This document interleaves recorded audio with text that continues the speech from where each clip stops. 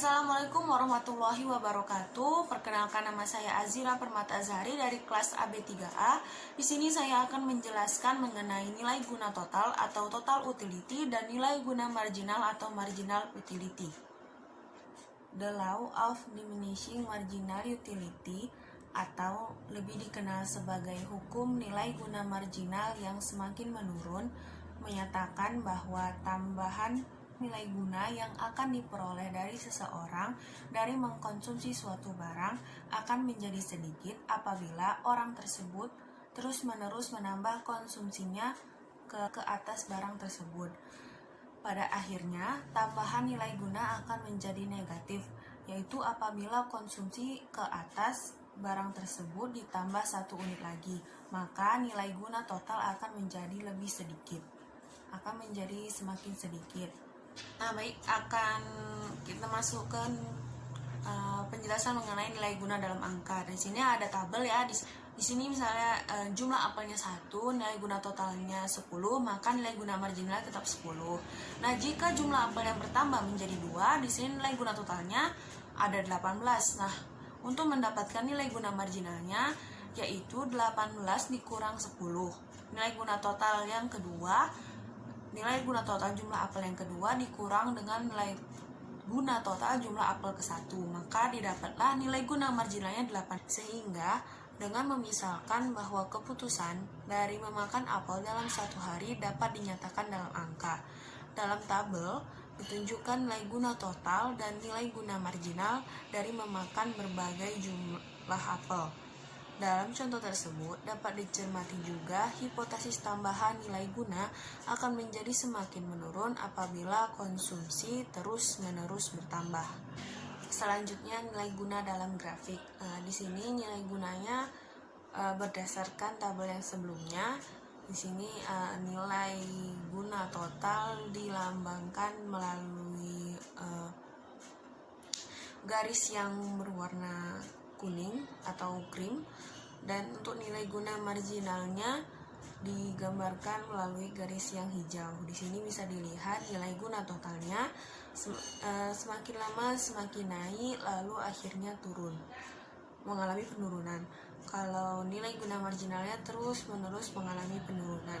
Nah, dari di sini bisa dilihat kalau konsumsi maksimumnya yaitu berada pada titik 5, yang artinya setelah itu konsumsi harus diberhentikan, karena bisa dilihat setelah itu konsumsinya menjadi negatif, yang artinya harus diberhentikan, sehingga nilai titik konsumsi maksimumnya itu berada di titik kelima. Baik, kita lanjut ke contoh kasus 1. Di sini ada seorang konsumen membeli buah apel dan pir, dan nilai guna total dari memakan masing-masing buah tersebut adalah seperti yang ditunjukkan dalam tabel. Nah, pertama yang dicari yaitu tentukan nilai guna marginal dari memakan apel dan pir. Yang kedua, misalkan harga apel dan pir masing-masing adalah Rp250. Berapakah jumlah apel dan pir yang akan dibelinya apabila uang yang akan dibelanjakan adalah sebanyak Rp2.000? Yang ketiga, buatlah grafik nilai guna total dan nilai marginal untuk buah apel dan pir. Nah, di situ udah ada tabel soalnya. Langsung saja kita masuk ke penyelesaiannya. Untuk poin A, di sini kita akan mencari berarti nilai guna marginalnya.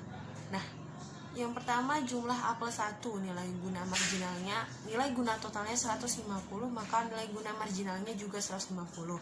Untuk jumlah apel yang kedua, di sini nilai guna totalnya 360, nilai guna marginalnya 210. Nah, didapat dari manakah 210 ini? Didapat dari 360 dikurang 150, maka nilai guna marginal untuk jumlah apel yang kedua yaitu 210. Begitupun untuk jumlah apel yang ketiga, nilai guna totalnya 530, maka 530 dikurang 360 dapatlah nilai guna marginalnya 170. Begitupun seterusnya sampai ke bawah. Untuk yang pir juga seperti itu, jumlah pirnya 1, maka jumlah pirnya 1, diketahui nilai guna totalnya 270, maka nilai guna marginalnya juga 270. Untuk jumlah pir yang kedua, nilai guna totalnya 550, didapat dari mana? Nilai guna marginalnya dari 550 dikurang 270, maka nilai guna marginalnya didapatkan yaitu 280. Begitupun seterusnya. Sehingga di sini di sini ada garis, ada yang ditandai ya warna biru, itu berarti titik maksimum kepuasan konsumsi maksimumnya terdapat pada jumlah apel keempat dan jumlah pir keempat, yaitu kepuasannya atau nilai guna marginalnya yaitu 130. Nah, lanjut kita ke poin B. Jadinya jika harga setiap barang sama, maka nilai guna akan mencapai tingkat maksimum apabila nilai guna marginal dari setiap barang adalah sama besarnya. Nah, jadi jika dari barang yang kita tentukan itu, dari setiap barang yang kita tentukan ada yang sama besarnya di nilai guna marginalnya, maka itu sudah mencapai ke tingkat maksimum. Nah, dalam kasus di atas, pada apel keempat dan pir keempat nilai guna marginalnya sama, yakni 130 yang kita biruin tadi. Sehingga uang yang harus dikeluarkan adalah 4 jumlah apel keempat dikali 250 rupiah, ditambah 4 jumlah pir tadi dikali juga dengan 250 rupiah, maka didapatlah uangnya sesuai dengan yang di soal tadi, yaitu 2.000 rupiah. Selanjutnya bentuk grafiknya. Di sini untuk grafik yang pertama yaitu nilai guna marginal apel dan juga nilai guna marginal pir. Nah, di sini dia ada perpotongan di antara kedua garisnya. Pertama, nilai guna marginal apel ditandai dengan warna krim dan nilai guna marginal pir ditandai dengan warna hijau. Nah, di sini perpotongan nilai guna marginal apel dan pir menunjukkan kepuasan maksimum dalam mengkonsumsi kedua buah tersebut yang terletak di jumlah buah keempat. Nah, di sampingnya ada grafik nilai guna total dari apel dan juga pir yang membentuk seperti naik, yang makin lama garisnya semakin naik. Nah, lanjut kita ke contoh kasus kedua. Ketika jam jeda di kampus, Liza biasanya membeli susu dan roti. Roti di kantin seharga Rp3.000 dan harga susu persatuannya adalah Rp7.000. Berikut adalah nilai guna total dari roti dan susu seperti yang ada dalam tabel. Nah, apa yang kita cari? Yang pertama, hitunglah nilai guna marginal dari kedua barang tersebut berdasarkan tabel di samping. Yang kedua, jika biasanya uang jajan Liza adalah Rp43.000, berapa susu dan roti yang dapat dibeli Liza untuk mencapai kepuasan maksimumnya? Nah, yang ketiga yaitu jika harga susu naik menjadi Rp8.000 dan karena tanggal muda, Liza mendapatkan kiriman lebih dari orang tuanya hingga uang jajannya naik menjadi Rp50.000. Nah, berapa sisa uang yang bisa Liza simpan untuk jajannya besok, dan berapa susu dan roti yang bisa dibelinya untuk mencapai kepuasan maksimumnya. Nah, lanjut kita ke penyelesaiannya. Yang kita akan mencari poin pertama yang dulu, yaitu yang dicari nilai guna marginal. Seperti yang tadi, sama juga bagaimana mencari nilai guna marginalnya. Di sini susu, pertama kita akan mencari susu. Nilai 1 nilai guna totalnya itu 350, maka nilai guna marginalnya juga 350. Nah, jika jumlahnya bertambah menjadi 2, nilai guna totalnya yaitu 600. Nah, untuk mendapatkan nilai guna marginalnya yaitu 600 dari nilai guna total tadi, 600 dikurang 350, maka didapatlah nilai guna marginalnya 250. Nah, jika bertambah lagi jumlahnya menjadi tim susu yaitu 180. Begitupun dengan roti. Jumlahnya yaitu 1. Nilai guna totalnya 400, maka nilai guna marginalnya juga 400. Jika jumlahnya bertambah menjadi 2 roti, nilai guna totalnya itu 720. Maka untuk mendapatkan nilai guna marginalnya yaitu 720 dikurang 400. Maka didapatlah nilai guna marginal untuk dua buah roti yaitu 320, begitupun selanjutnya. Nah, selanjutnya untuk poin kedua. Jika biasanya uang jajan Liza adalah 43.000, berapa susu dan roti yang dapat dibelinya untuk mencapai kepuasan maksimumnya? Nah, jika harga kedua barang berbeda, maka rumus yang digunakan adalah MA per PA atau margin barang A per price A atau harga barang A, sama dengan margin barang B dibagi atau per barang B atau price B.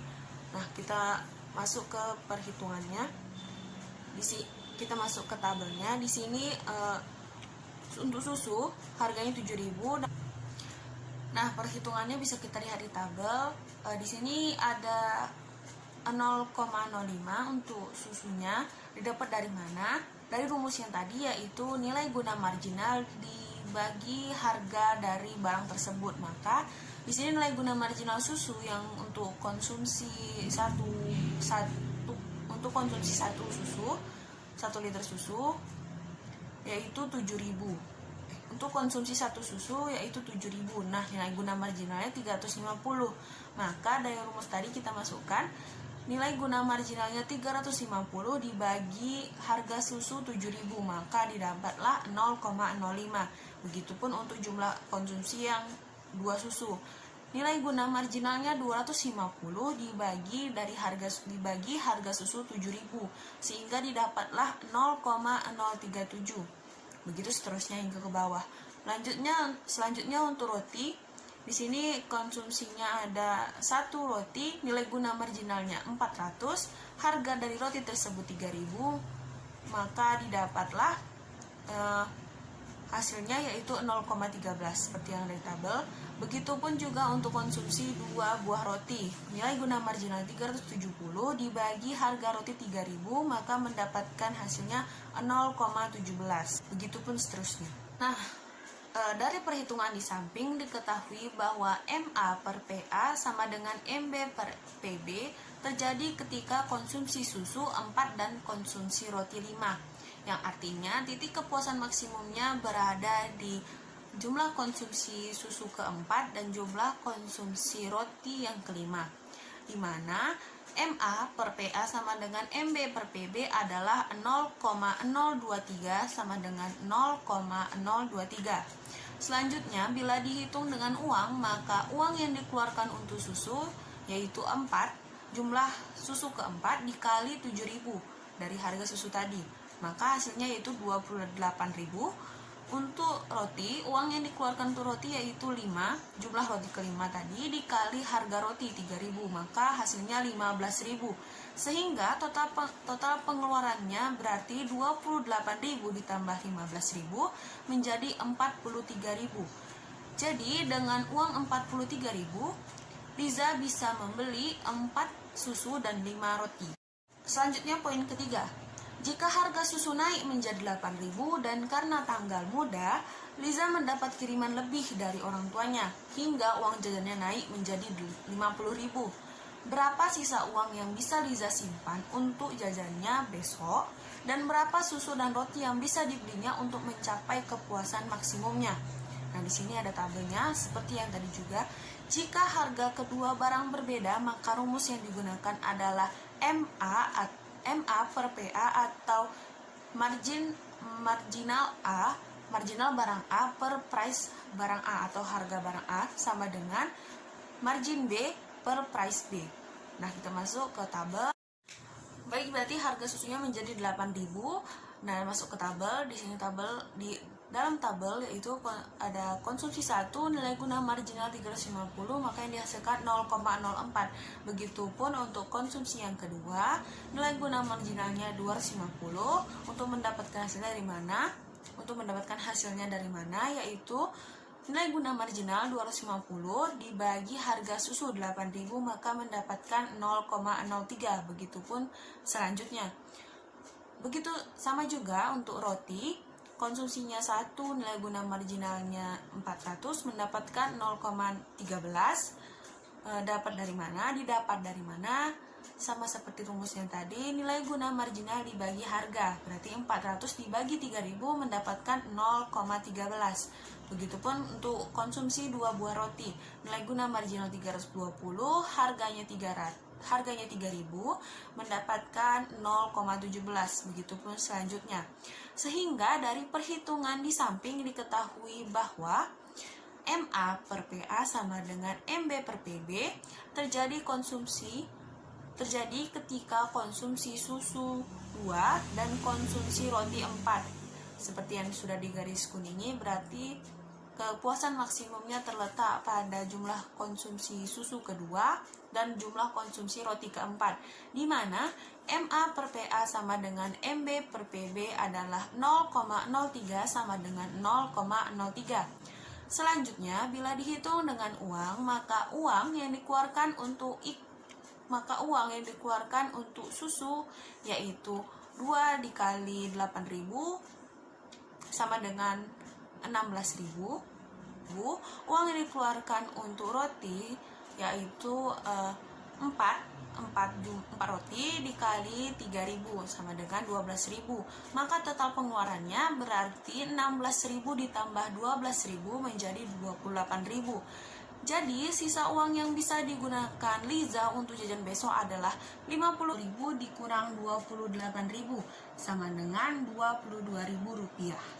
Sekian dari saya, mohon maaf apabila ada salah kata. Semoga apa yang saya sampaikan bermanfaat.